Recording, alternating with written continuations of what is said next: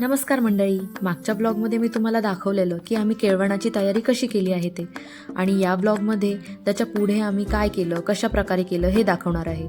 तर त्याच्या आधी केळवण का केलं जातं हे तुम्हाला मी सांगते, जे मला माहीत आहे. केळवण हे नवरा नवरीला लग्नाआधी जो स्ट्रेस आलेला असतो तो दूर करण्यासाठी किंवा कमी करण्यासाठी एक छोटंसं गेट टुगेदर असतं. आणि तसंच त्यांच्याबद्दल तुम्हाला किती आपुलकी आहे, त्यांना तुम्ही फॅमिलीमध्ये कसं हॅपीली वेलकम करता हे दाखवून देण्यासाठी केळवण केलं जातं.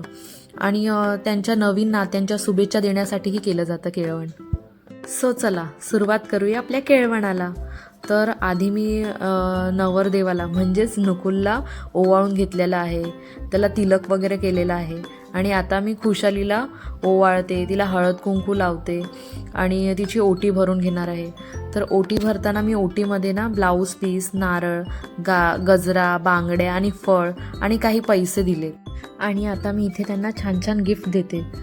इथं शिवने कमालच केली, दोघांचे वेगवेगळे गिफ्ट रॅप करायचे तर एकत्रच गिफ्ट पॅक करून आणलेत. पण जाऊ द्या, गिफ्ट देताना मी आणि गिफ्ट ज्यांना देते ते दोघे, ते लोक पण हॅपी होते. मी म्हटलं त्यांना जे गिफ्ट असेल ते घ्या वाटून आपसातच. गिफ्ट दिल्यानंतर आम्ही डायरेक्ट जेवणाचा बेत आखला. सुरुवात ही नेहमी गोडपासून होते, त्यामुळे शिव आणि मी आम्ही दोघांनी त्यांना आधी गुलाबजाम भरवला.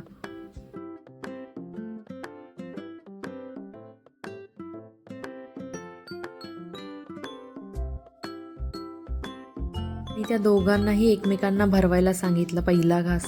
त्यांनी एकमेकांना आधी पुरणपोळी भरवली आणि नंतर जेवणाला सुरुवात केली. पण इथे मी विसरलेच होते, त्या दोघांना नाव घ्यायला सांगायचं होतं, राहूनच गेलं ते. असो, त्यांना त्यांचं गिफ्ट आवडलं की नाही हे बघण्यासाठी मी त्यांना गिफ्ट्स अनरॅप करायला सांगितलं. त्यांच्या फेसेसवरूनच कळत असेल की त्यांना गिफ्ट खूप आवडलंय. त्यांच्या गिफ्टमध्ये कपल वॉच होती आणि त्या दोघांनाही खूप आवडलेत वॉचेस.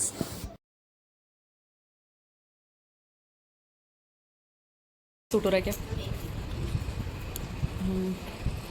जिसको तो लूज हो गया. तुझी पहिली वाली कशी होती दाखव, ब्लॅक होती ना त्याच्या आतमध्ये.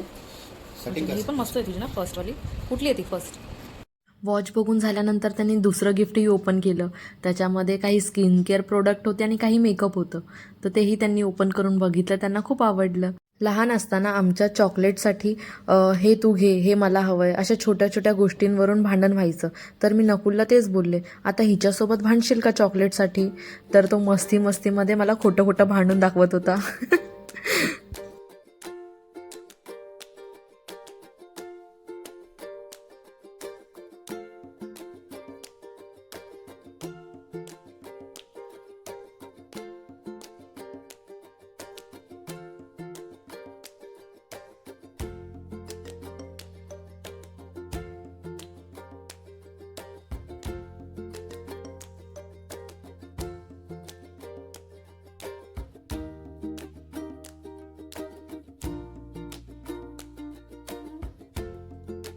गिफ्ट्स बघून झाल्यानंतर आता केक कटिंगची बारी होती.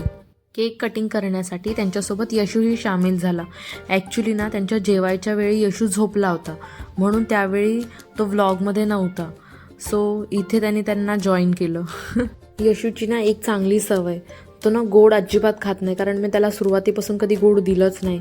त्याच्या बड्डेच्या वेळी त्याने केक खाल्ला नव्हता आणि आताही इथे हे लोक त्याला केक भरवत आहेत तर तो नको करून सांगतोय. मग यांनी एकमेकांना केक भरवला. यशूला केक कट करताना इतकी मज्जा आली की तो सारखा नाईफ घेऊन केकच कट करत बसलेला.